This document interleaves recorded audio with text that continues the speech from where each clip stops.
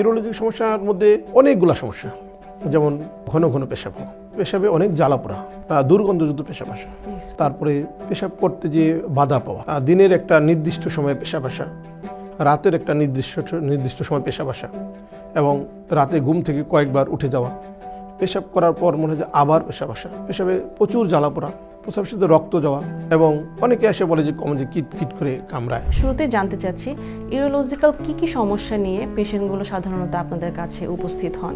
ধন্যবাদ। আসলে ইউরোলজিক্যাল সমস্যা বলতে একটা বিশাল একটা অর্গান এবং সমস্যা বোঝায়। আসলে ইউরোলজিক্যাল কোন কোন অর্গানগুলো রিলেটেড, অর্থাৎ কিডনি, মূত্রনালী, মূত্রথলি এবং মেল জেনিটেলিয়া, এগুলো বলতেই আমরা সাধারণত ইউরোলজিক্যাল যে এই সমস্যাগুলো, এগুলো ইউরোলজি সমস্যা নিয়ে আসে। তো এই যে ইউরোলজিক সমস্যার মধ্যে অনেকগুলা সমস্যা, যেমন কী সমস্যা হতে পারে, যেমন মানে যদি আমরা প্রস্রাবের কথা চিন্তা করি তাহলে আসতে পারে যে ঘন ঘন পেশাব হওয়া, যেটা কমন অনেকে আসে, বলতে পেশাবে অনেক জ্বালা পোড়া,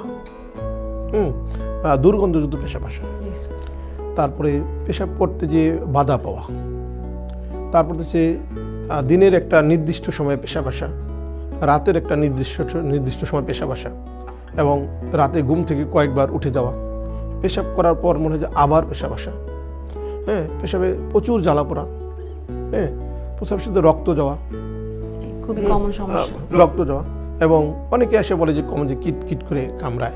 এটা এক একজনে এক একভাবে বোঝাতে চেষ্টা করে, তাদের এক একজনের আঞ্চলিক ভাষায় কিংবা তার যার ফ্যামিলি, এক একজনের, কারণ সব এক একজনের রুগী তো এক এক ধরনের ভাষা ব্যবহার করে, কিংবা এক এক ফ্যামিলি থেকে আসে, তো এরকম যে যায়, তো যে যাই বলুক আমরা বুঝে নিই বা বোঝার চেষ্টা করি।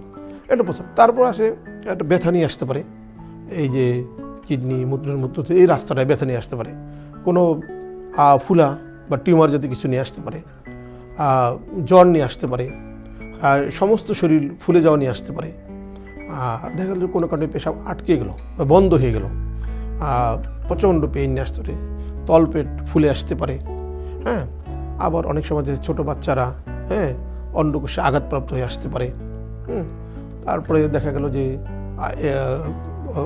সারা শরীর ফুলে সাদা হয়ে আসতে পারে, এনিমিয়া নিয়ে আসতে পারে। তো এক একজনের এক এক ধরনের সমস্যা নিয়ে আসতে পারে। তো যখন আমাদের কাছে আসে তখন তো রুগী তো আর জানে না আসলে সমস্যাটা তার কোথায় বা কী।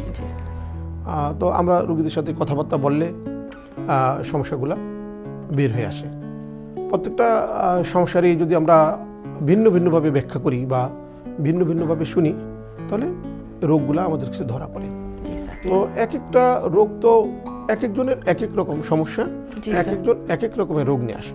স্যার, আপনার কাছে জানতে চাচ্ছিলাম যে নারী পুরুষ ভেদে রোগগুলোর কি কোনো ভ্যারিয়েশন থাকতে পারে? আমি বলতেছি, সেটা আসলে শুধু যে নারী পুরুষ তা না, একটা আছে বয়স ভেদে আসে, যেমন বড়দের এক ধরনের রোগ হয়, সমস্যা নিয়ে আসে, আবার মধ্য বয়সের এক ধরনের আসে, এবং ছোট বাচ্চাটা এক ধরনের নিয়ে আসে।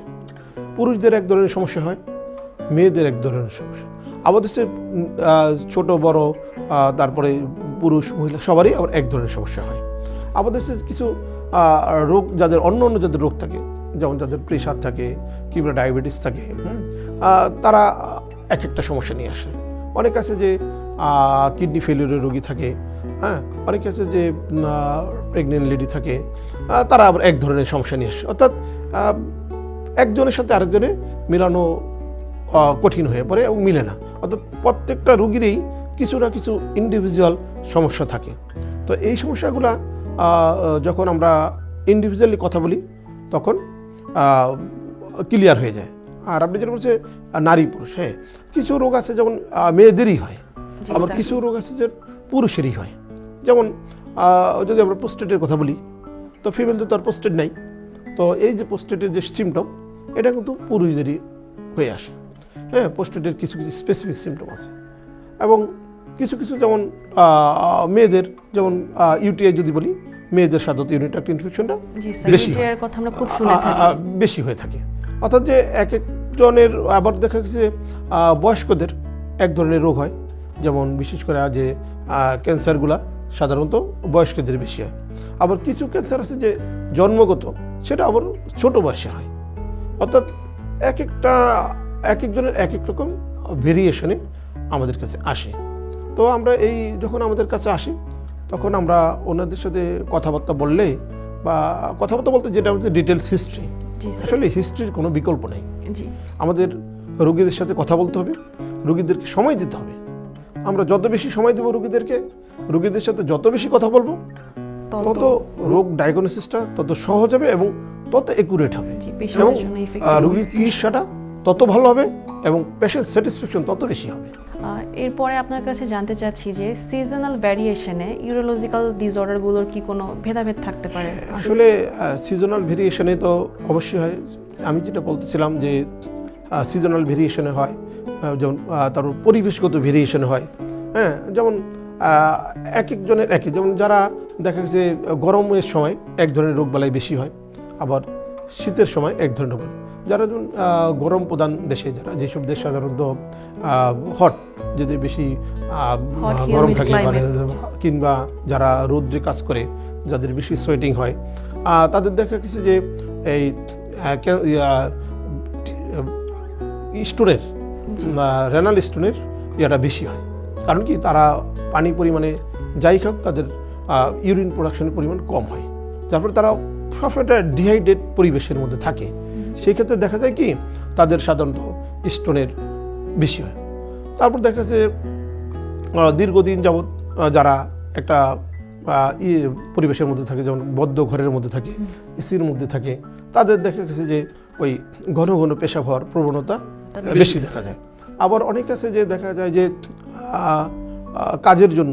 কাজের পেশার জন্য, কর্মের জন্য তারা দীর্ঘ সময় বসে থাকতে হয়, তারা যে পেশাবকে ধরে রাখতে হয়, হোল্ড করে যাওয়া দরকার। এই কাজটা বিশেষ করে যারা কম্পিউটারে কাজ করে, কিংবা অন্য অন্য কাজ, কিংবা গার্মেন্টস ওয়ার্কার, কিংবা অন্য অন্য যে পেশায় আছে যারা যে ওঠাটা একটু কষ্টকর, কিংবা দেখা যাচ্ছে যার ফ্যাসিলিটিও কম, বিশেষ করে ফিমেলদের অনেক সময় তো ফ্যাসিলিটি থাকে না, তো তারা করে কি ওটা ধরে রাখে। কিংবা যারা ঘন ঘন ট্রাভেল করে, হ্যাঁ, তো বাসে গাড়িতে অত সময় তো পায় না, তো তারা সবকে হোল্ড করে। এই হোল্ড করা থেকে অনেক বড় ধরনের রোগ হতে পারে।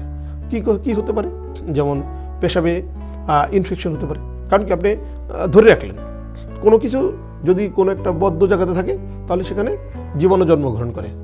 অর্থাৎ আপনি যদি চিন্তা করেন যে পুকুরের পানি আর নদীর পানি, যেখানে ফ্লো আছে, নদীর পানিতে কিন্তু জীবাণু কম থাকে, পুকুরে কিন্তু জীবাণু বেশি গ্রো করে। যার ফলে সেরকমই যদি আপনি পেশাবকে ধরে রাখেন তাহলে আপনি দীর্ঘ সময় আপনার যদি মূত্রথলির মধ্যে থাকে তাহলে তো আপনাকে রোগ জীবাণু জন্মগ্রহণ করবে, এবং সেটা আপনার কি পুরা ট্র্যাককে আক্রান্ত করবে। তো যার ফলে আবার দেখা যাচ্ছে অনেকের বংশগত কারণে অনেক সময় অনেক রোগবালাই হয় সাধারণত। তো এটা আসলে কি প্রত্যেকটা মানুষের যে অ্যানালাইসিস করে আমরা এগুলো আসলে এই সমস্যাগুলো সমাধান করতে পারি। আমরা চলে এসেছি অনুষ্ঠানের একদম শেষ পর্যায়ে। এই ইউরোলজিক্যাল সমস্যাগুলো প্রতিরোধে আমরা তাহলে কি করতে পারি, আপনার কাছে এটি জানতে চাচ্ছি। আসলে প্রতিরোধ বলতে যেটা হলো, একটা হলো ভয় না, সচেতনতা, এবং রোগকে লুকিয়ে রাখা না। রোগের লক্ষণ প্রকাশ পেলে নিকটস্থ চিকিৎসকের কাছে যাওয়া এবং চিকিৎসকের পরামর্শ নেওয়া। চিকিৎসকের পরামর্শ নিলে এই রোগ সহজেই সেরে যায় এবং এই রোগকে বড় ধরনের কোনো ক্ষতি করে বলে আমার মনে হয়। যদি আপনি প্রাথমিক অবস্থা ধরা পড়ে তাহলে খুব সহজেই এবং অল্প চিকিৎসার মাধ্যমে আপনি সুস্থ জীবন ফিরে পেতে পারেন।